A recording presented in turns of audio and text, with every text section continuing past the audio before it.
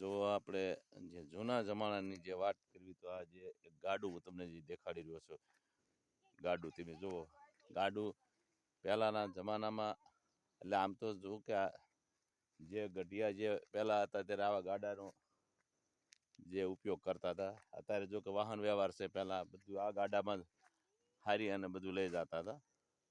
તો હું તમને જે ગાડું દેખાડી રહ્યો છું, જો છે. કોઈ અન્ય વસ્તુ હારવી હોય તો પડામાંથી કે આપણે કોઈ લઈ જવી હોય કંઈક તો આ ગાડાનો ઉપયોગ કરતા હતા પહેલા.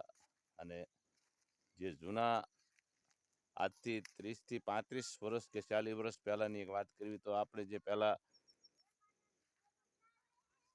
જે ખળું આપણે લીપતા હતા, ખળા લીપે અને ખળામાં પછી ઘઉં, બાજરો, જ્વાર આ બધું નાખી અને કોઈ આવી હલરની કોઈ વ્યવસ્થા નથી ત્યારે. હલરની વ્યવસ્થા નથી ત્યારે આનો ઉપયોગ કરતા. આમાં ભરી અને નાખ્યા આવે પછી એની માથે હાલરું આપણે કહેતા, જે 3 બળદ હોય કે 2 બળદ હોય, કોઈ 5 બળદ હોય, એનું હાલરું કરી અને કુંડાળું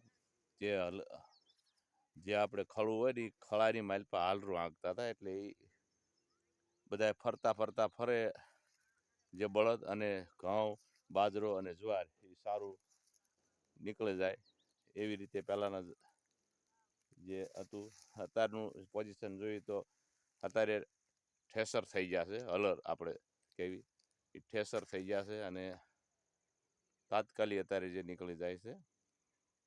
એટલે આપણું કહેવાનું એ છે કે આવા જે બળદગાડાનો ઉપયોગ કરતા હતા. અને હું તમને જે અમુક વિસ્તારમાં જે જો સામે જે સીતારામ બળદ છે સામે, સર તો આ હું તમને જે દેખાડી રહ્યો છું,